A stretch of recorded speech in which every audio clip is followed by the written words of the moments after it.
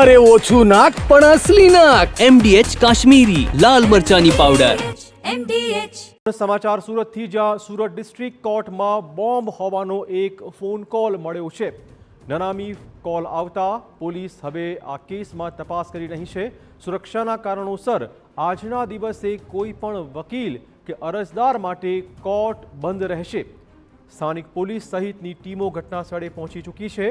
Room અને અન્ય પરિસરની તપાસ હાલમાં થઈ રહી છે. કોર્ટ પરિસરમાં બોમ્બ હોવાનો ફોન કોલ મળ્યો છે. તે પછી આ ઘટનાક્રમ હાલમાં સુરક્ષા એજન્સી ઘટના સ્થળે પહોંચી ચૂકી છે અને તપાસ થઈ રહી છે. અલગ અલગ રૂમ અને કોર્ટ પરિસરની પણ તપાસ આરંભી દેવાઈ છે. સુરતમાં ડિસ્ટ્રિક્ટ કોર્ટમાં બોમ્બ હોવાનો નનામો કોલ આવ્યો છે. આથી પોલીસ હવે સુરક્ષાના કારણોસર આ કોર્ટ પરિસરમાં તપાસ માટે પહોંચી ચૂકી છે.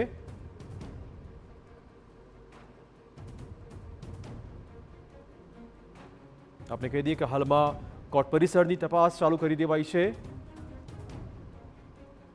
સુરતની ડિસ્ટ્રિક્ટ કોર્ટમાં બોમ્બ હોવાનો એક ફોન કોલ આવતા જ સુરક્ષા એજન્સીઓ એલર્ટ બની ગઈ છે.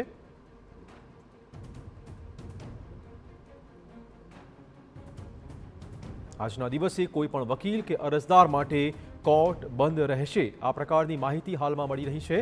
સ્થાનિક પોલીસ સહિતની ટીમો ઘટના સ્થળે પહોંચીને પરિસરમાં બોમ્બ છે કે નહીં તેની તપાસ કરી રહી છે.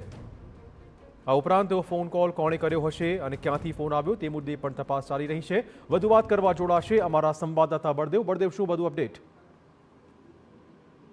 જી બળદેવ.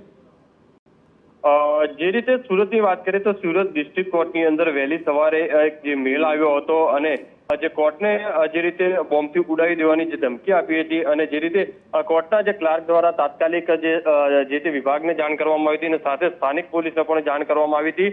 અને સ્થાનિક પોલીસ હાલમાં જે ઘટના સ્થળે પહોંચી છે અને સાથે સાથે સુરત ડોગ સ્ક્વોડ અને બોમ્બ સ્ક્વોડની જે ટીમો છે અને સ્થાનિક પોલીસની ટીમ છે તે સુરત કોર્ટ ખાતે પહોંચી છે અને જે તપાસ છે તે કરવામાં આવી રહી છે. અને તમામ જે કોર્ટ છે, કોર્ટના તમામ જે સ્ટાફ છે તેને બહાર રોકવામાં આવ્યા છે, કારણ કે કોર્ટ પરિસરની અંદર જે જવા દેવામાં નથી આવ્યા. કારણ કે જે રીતે નનામી જે મેલ આવ્યો છે ને તેને લઈને પોલીસ દ્વારા તપાસ કરવામાં આવી રહી છે. છેલ્લા 1 કલાકથી અલગ અલગ જે કોર્ટ રૂમ છે, અલગ અલગ કોર્ટ પરિસર છે, જે કેન્ટીન છે, આ તમામોની જે છે કોર્ટ દ્વારા જે તપાસ છે તે કરવામાં આવી રહી છે.